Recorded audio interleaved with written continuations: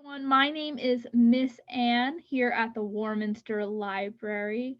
And thank you guys so much for joining us for our hands-on history class. Today we're going to be learning about the printing press. Have you guys ever heard of the printing press before? What if you guys remember, has anybody learned anything specific about the printing press? Can anybody tell me what they might have learned at school or anything? And I don't know if that's either Dom or Jack. That might be Jack. That's Jack. Yeah. Yes. This is Bridget. I'm Dominic. That's Julian, and Jack wants to share. Yeah. So you paint it onto the bottom of something, then you press it onto a piece of paper. So yeah, you're basically there because the printing press was an apparatus that was created to make printing simpler, and it's very similar to what you're saying. It was more like a giant stamp. So I'm going to share with you guys a little bit about what we're going to be talking about. So 1 second, let me share my screen and show you guys a little bit about that. So we'll just do the whole screen share. Oh, and you know what? Somebody just joined us. So let me see if I can.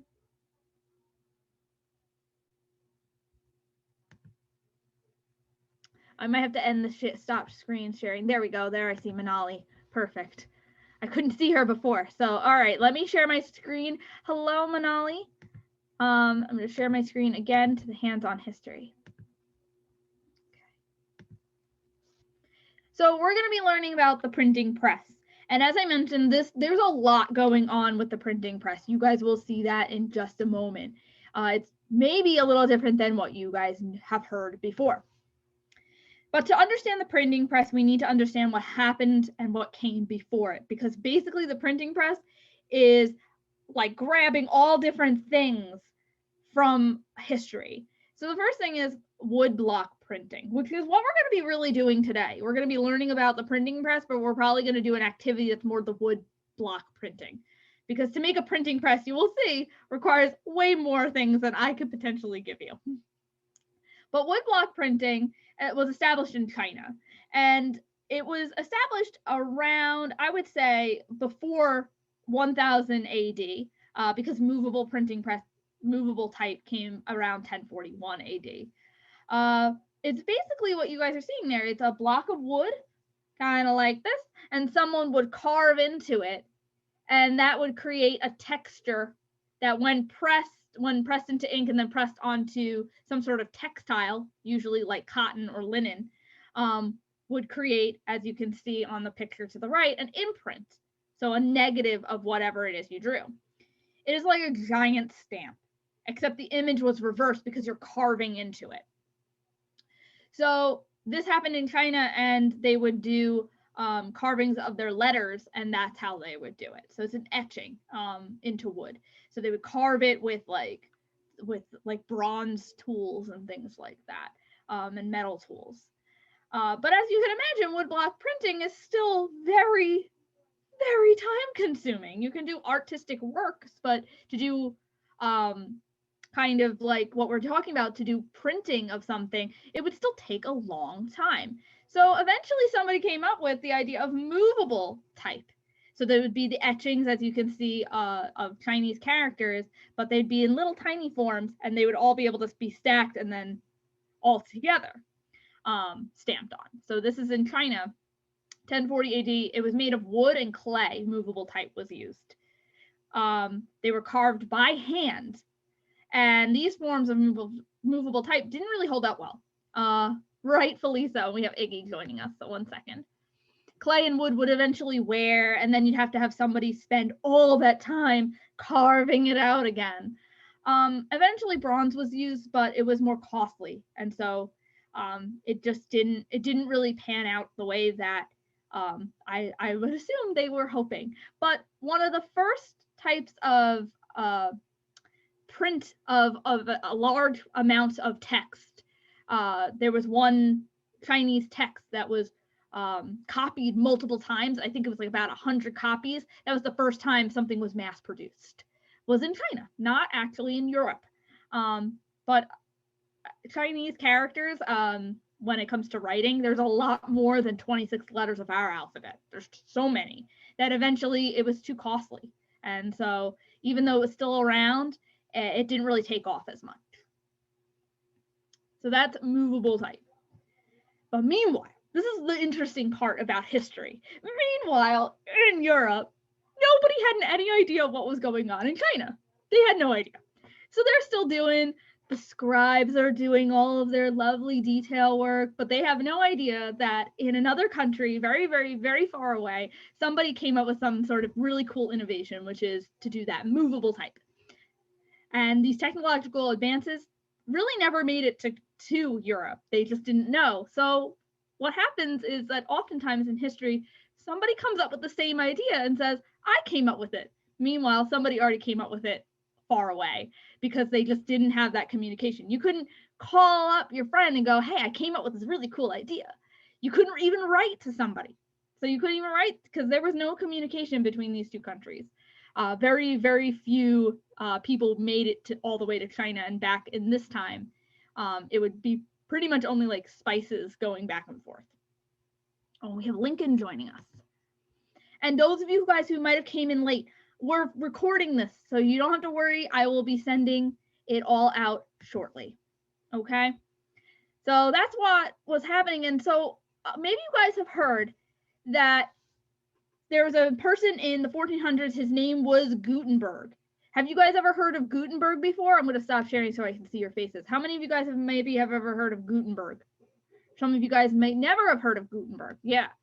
So oftentimes when somebody says, oh, the printing press, and the printing press allowed us to make multiple copies of a book, the person that came up with it was Gutenberg. And you would be right. He created a really amazing thing called the printing press. But what he did, because he was really smart, is he used other people's ideas and created one all on his own. So he took a lot of people's great ideas to make an even better idea.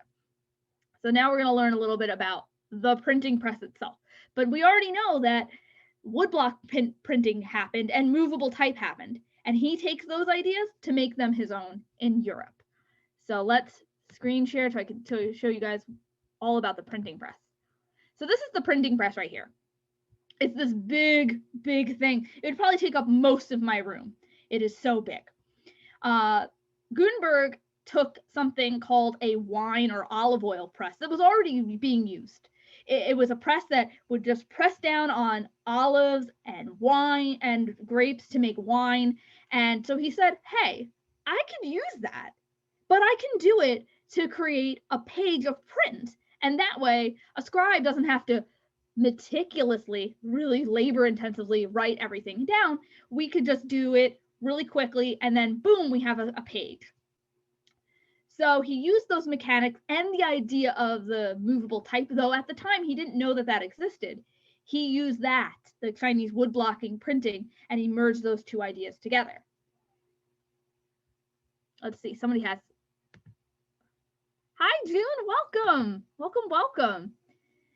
So Gutenberg created movable type letters that were, and they were made of metal. And he added those to the press, and he also created his own ink, because unfortunately the ink that was at that time was only really good for maybe wood, maybe on a specific type of parchment. So he needed to create a new kind of oil-based paint that would go onto metal and then onto paper. And so the printing press was eventually invented in 1455. So this is going back thousands of years. So 1455 is when it was created. And so Gutenberg was really special, like I said, because he took all these ideas all at once. But what he really did was he created a special way to create these movable type, these little pieces. So he would take like a steel punch. So this is my demonstration of a steel punch. I'll show you guys this demonstration. I'll stop sharing. So if this was made of metal, steel, as you can see, this is just a plastic brick. But what he would do is he would take a metal steel and he would make sure that it got carved into a letter. So let's pretend that this is a letter. He would take a not as dense metal, not as hard metal, like copper. And he would create his punch. He would just go press, and it creates an imprint like this created the imprint.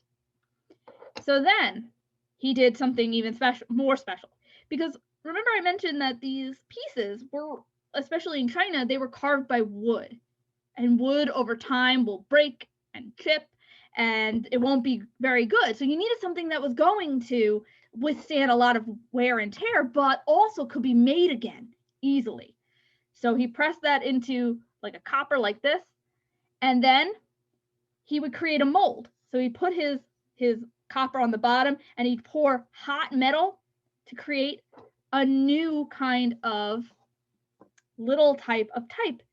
And that way, anytime he needed to build a new type that, may have gotten lost or may have gotten worn out, he could easily take his little thing, create the press again, and build a new one. So every time he had like his template. So that's what was really cool about Gutenberg. He created these templates made of metal. Really awesome. All right.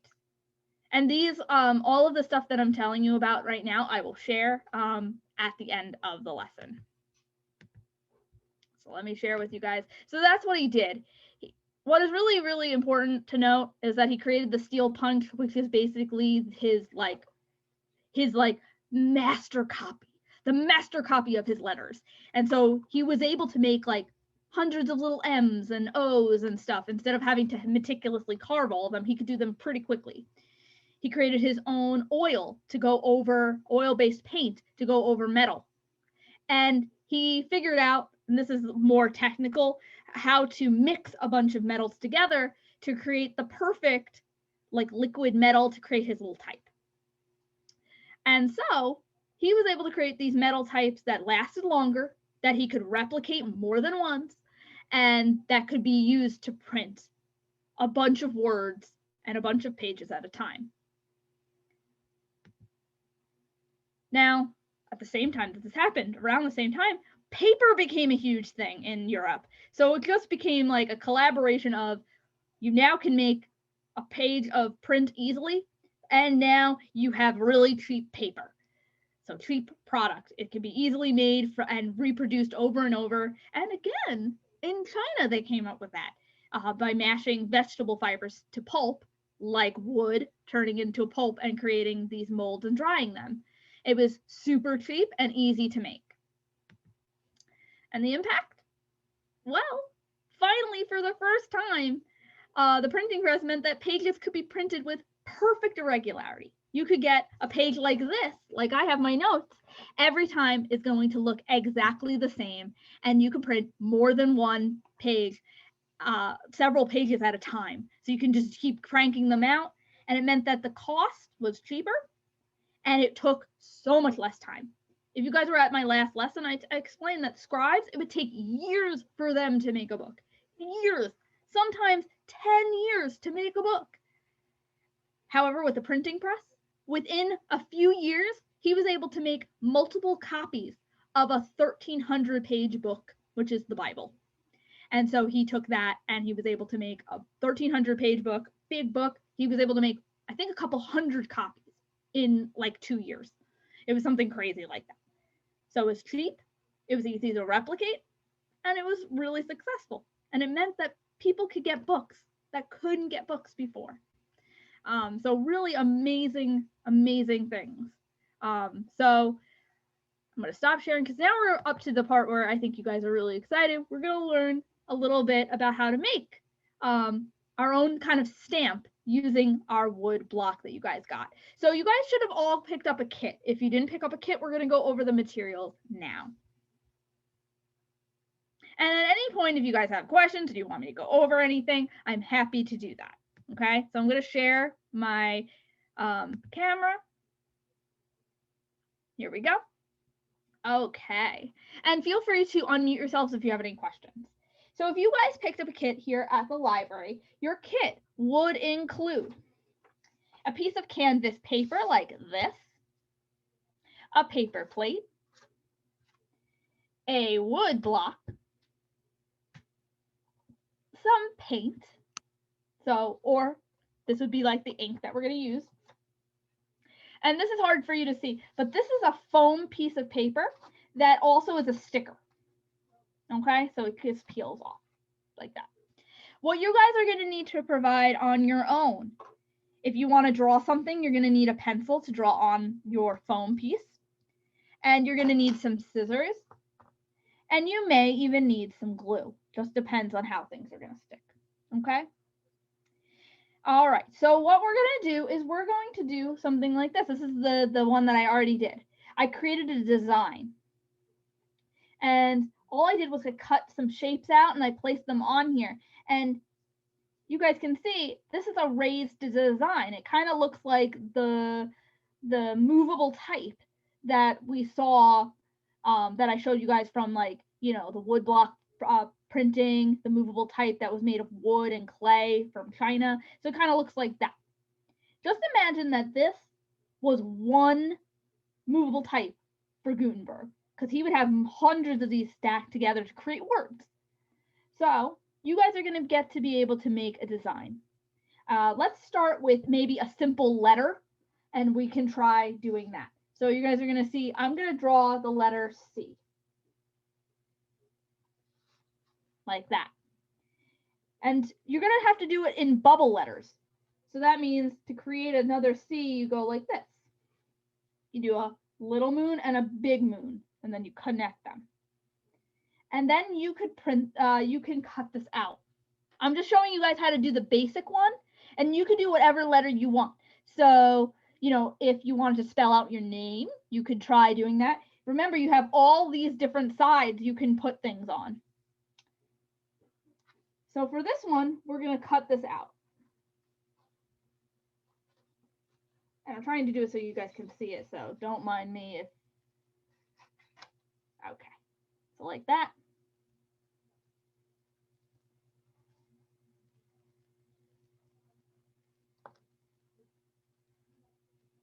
And so this one, you might be able to do an O really easily. And you're just going to cut it out.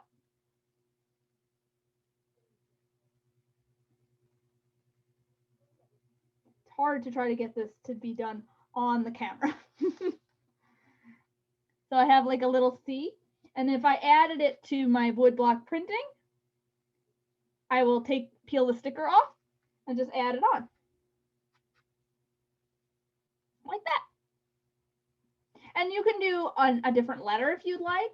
You can do maybe like a D, or an O is a fairly easy one, because you could just do it a circle. You could do just shapes if you'd like. Start easy. Start with an easy letter first, and then move up to the harder letters. So I might do like the letter A, because A is for Anne.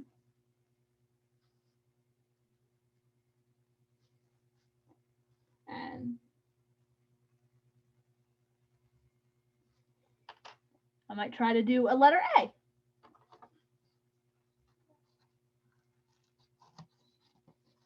Like that.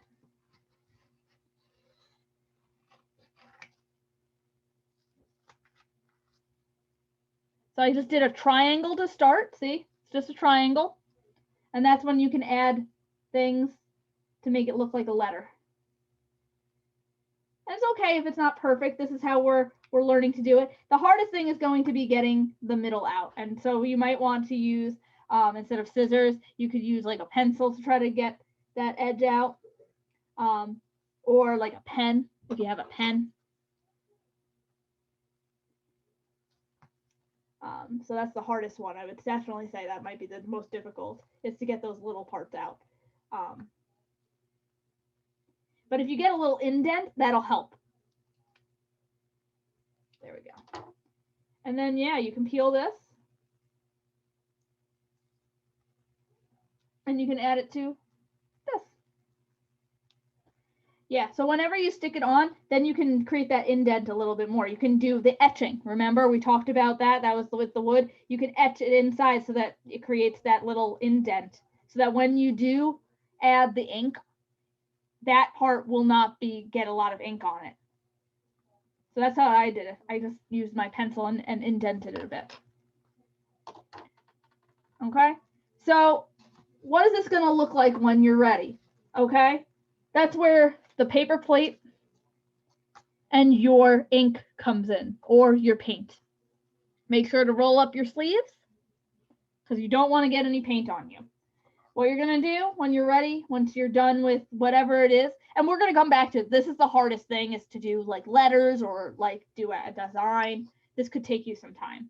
But I just want to let you guys know what you might want to do when you do the first side, is you might want to try it and do another letter on the other side. You take your paint and you can just like pour it on. I have paint, but I want to use markers instead. You can use marker. It will work. I did test that out. So, and with this, if you have like an extra piece of foam, you can just use the piece of foam to get some ink on here. You don't need a lot, actually. You just need like a little bit, like I have on there. I used a little piece of foam, and then you're just going to spread it out because you don't need a lot. And you could also use the piece of foam to create. There. I added the paint right on there with a piece of foam. That's the foam sticker. And then I have my paint, and then you can stick it on. And there is a letter A. There we go. That's better. Sometimes you add too much paint and it gets stuck in the A. But now you can see I created a little letter A. Miss Anne?